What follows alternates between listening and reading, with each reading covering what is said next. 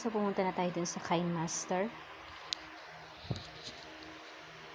So, ayan. And then, ang pipili natin na sukat ay ito. So, click natin siya. And then, ang una natin gagawin is humanap tayo ng green na background. So, hanap tayo ng green na background.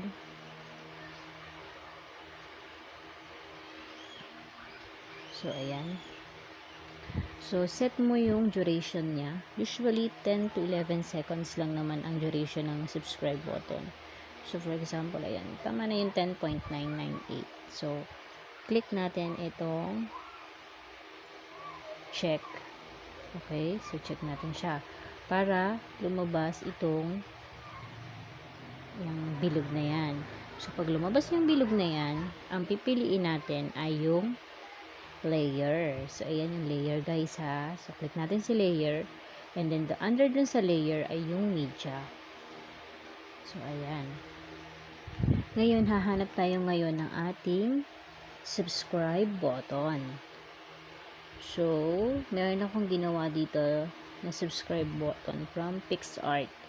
So, dapat yung duration ni subscribe button ay kasing haba ng green na background nyo.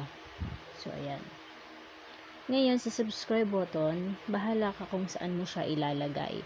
So, pwede mo siyang gawin dito sa taas, sa gitna, ayan, or kaya naman dito sa baba. So, ako kasi prepared ko dito. So, kahit saan naman dyan, pwede naman siya. Kasi, pag nilagay mo naman siya sa chroma key, pag nilagay mo siya sa video mo, ginamitan mo siya ng chroma key, maia-adjust mo naman siya kung saan mo siya gustong palabasin doon sa video mo na yon. So, walang problema po dito guys, okay? So, ayan. So, ako dito ko siya ilalagay. So, ayan. Ngayon, pag okay na siya, gawa natin siya ng in animation. So, click natin itong scene in animation. So, pag kinlik mo si in animation, marami po kayong option na lalabas dyan. So, ako, ang pinipili ko dito ay si drop. So, once na may pinili ka dyan, may lalabas dito sa baba na duration niya or kung gaano mo siya kabilis or kabagal na palalabasin. So, pili ka lang dyan. So, usually, ako kasi, dito ko sa 1. So, 1 yung pinipili ko. So, for example, okay ka na dyan. Huwag mo kakalimutan si check. So, basta mag-in animation ka, kailangan lagi mo siyang i-check. So, click natin si check. Ngayon, lalabas po yan. Ang gagawin po natin para ma-check natin kung okay na sa yung in animation mo na yan, click mo tong play. So, click natin si play. So, yan. Diba? So, for example, ayan. O, pagbagsak po niyan, so, pagbagsak po niyan, stop mo. And then, punta ka sa layer. Kasi, papatungan natin siya ng pointers niya. Diba? So, punta tayo dun sa ginawa natin ng pointer. So, ito po ang aking pointer. So, sukat mo siya kung gaano kalaki yung hindi alangan siya sa subscribe button mo. So, ako, dito ko prepared sa baba ilagay si pointer ko. Pero, sabi ko nga kagaya sa subscribe button, kahit saan pwede mo siyang dalhin. Kahit sa taas mo siya dalhin, or kaya naman sa baba, or kaya naman dito sa gilid. Ako kasi dito, prepared ko siya dito. So, ayan. Medyo palabasin natin ng konti. So, paano natin siyang pagagalawin? So, dapat ito, yan kasi si pointer natin. Dapat naka-yellow yan. So, pag naka-yellow yan, ang kailangan natin i-click ay itong susi. So, pag click natin itong susi. Ngayon, i-move mo kung gaano mo siya katagal na gustong paakyatin. So, for example, ayan. So, move natin siyang ganyan. And then, move ulit natin siya kung gaano mo naman siya katagal na gustong pababain. So, ayan. Diba? So, paano mo siya malalaman kung okay na siya? So, check ulit. Okay? And then, play natin. O, ngayon, pagbaba nung ating pointers, stop mo ulit yung play button mo. Then, punta ka ulit sa layer kasi magpapalabas tayo ng bell button. So, yung bell button natin, kailangan kasukat siya nung ating subscribe button. Kaya hindi naman po siya alangan. Diba? So, ayan. So, for example, ayan. Okay na siya. So, dapat kasing haba din ng subscribe button at green background mo si bell button mo. Ngayon si bell button, hahatiin natin siya into 2. Yung isa, mas maigsi. Yung isa naman is mahaba. Kasi gagawa natin siya ng in-animation at ikakalimbang kasi natin siya. So, paano natin siya magagawa yon? So, una, ayan, dapat naka-yellow si bell button mo. And then, gawin mo is, click natin itong scissor. So, pag click natin si scissor, click natin tong si split at playhead. O, so, diba? Tingnan mo. Ito yung unang bell button natin. Ito naman yung pangalawang bell button natin. So, dun muna tayo sa unang bell button. So, gagawa natin siya ng in animation. So, click po tayo sa in animation. So, ang binipili ko dito ay slide right. Diba? So, wala ka ng option dyan kung gaano mo siya kabilis o kabagal palalabasin kasi maigsi lang siya. So, automatic na si Kinemaster yung mamimili nun. So, pag okay ka na dyan, click check mo siya. So, and then, pag ano siya, yung pangalawa naman na bell button, is ikakalimbang natin siya. So, dapat naka-yellow ulit siya. And then, paano natin siya i-move? Diba, kailangan natin ng susi. So, click natin si susi.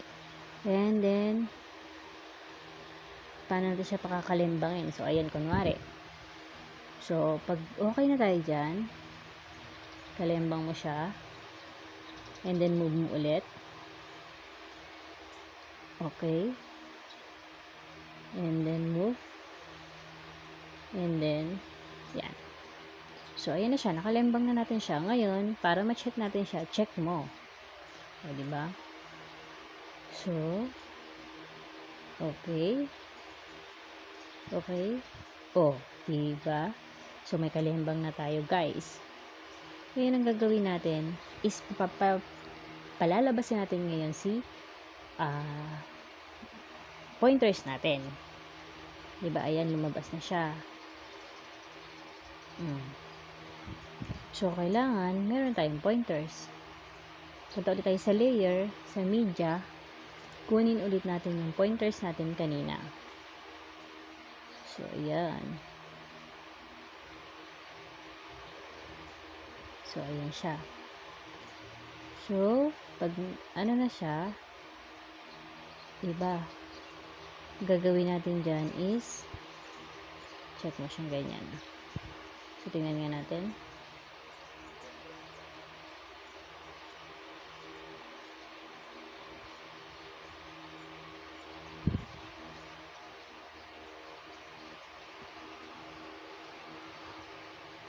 So, gagawin natin ngayon, guys. Punta na tayo dito sa ating pointers. And then, i-move natin siya. So, click ulit natin yung susi. So, ayan. Kung gaano mo siya gaano mo siya paaakitin. So, pwede mo siyang i-move ng paganyan. So, click natin susi na yan. And then, akyat. Ayan. And then, paano mo siya pabababain? So, yan. And then, check.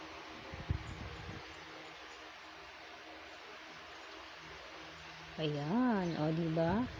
So, go. Okay na siya. Ngayon, ang next natin na gagawin, guys, ay lalagyan natin siya ng audio para mas magmukhang katotohanan na may subscribe button tayo. So, play. Okay? Pag nandiyan na si cursor, si pointer, stop mo ulit. And then, punta ka sa audio. And then, sa songs, dapat meron ka nang naka-download na sounds niya. So, ako kasi, nag-download ako ng mouse click. So, ayan. Pag ano yan, ito lang, click mo lang yung add, yung plus. So, pwede mo siya dito. Click mo siyang ganyan. And then, check. So, tingnan nga natin. O, diba? So, ito siguro, i-mod natin ng konti pa.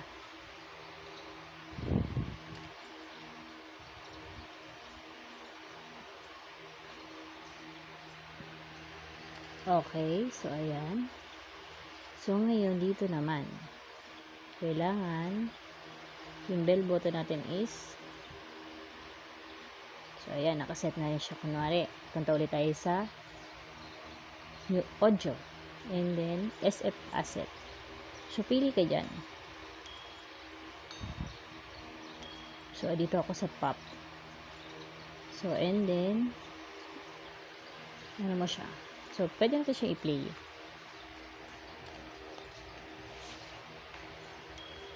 Ayan. O, diba? Guys, meron na tayong animated na subscribe button natin. So, ngayon po, pwede naman siya na halimbawa, lalagyan mo siya ng pangalan. So, for example, ayan. O, so, dito mo siya gustong lagyan ng, sa pagbaba ni subscribe button, saka mo siya gustong lagyan ng name. So, punta ka lang sa layer. Ngayon, instead na dun sa media ka pupunta, dito ka pupunta sa text. So, click natin sa text. So, lagay mo yung pangalan ng channel mo. So, for example, ayan.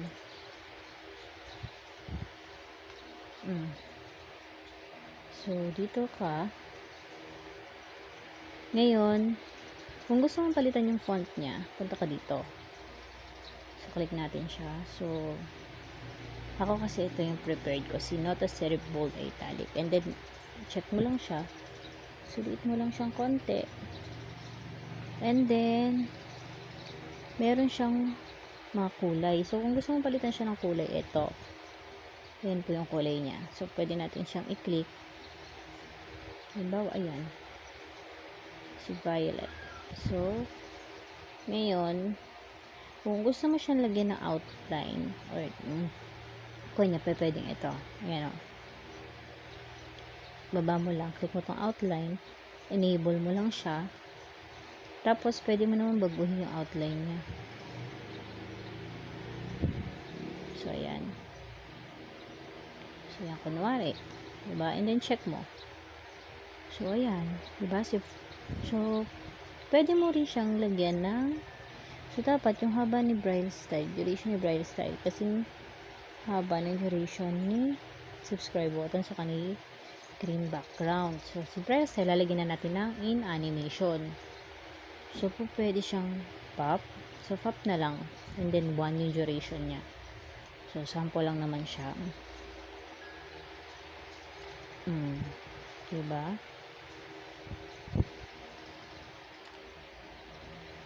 So, hindi ako masyadong satisfied dito sa ano ko na to.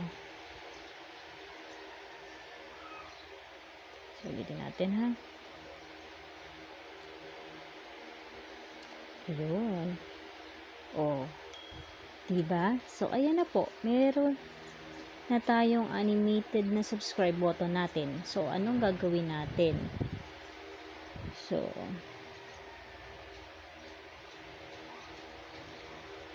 ano lang po, punta tayo dito.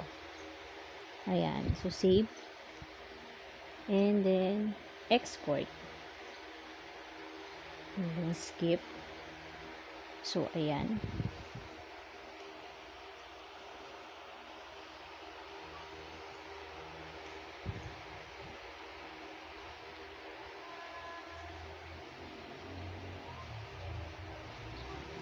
So, ngayon po, makikita po natin siya dito. Ayan, nakasave na siya. So, ayan na po yun. Ngayon, pag pinlay niyo po yan, lalabas po dyan kung saan nyo siya gustong i-play. So, yun. Okay na po. Tapos na po siya. So, ayan po. Tapos na po yung ating tutorial. Sana po ay may natutunan kayo ngayong araw na ito. Sana, hindi nyo man po siya makuha ng minsanan. panoorin niyo po yung video ng paulit-ulit kasi step by step naman po siya. So, madali niyo po siyang magigets, diba? So, yun lamang po at sana po ay i-like at i-subscribe niyo po ako with bell button para naman po ma-notify kayo sa mga next na mga tutorials na gagawin ko pa. So, salamat po and thank you for watching.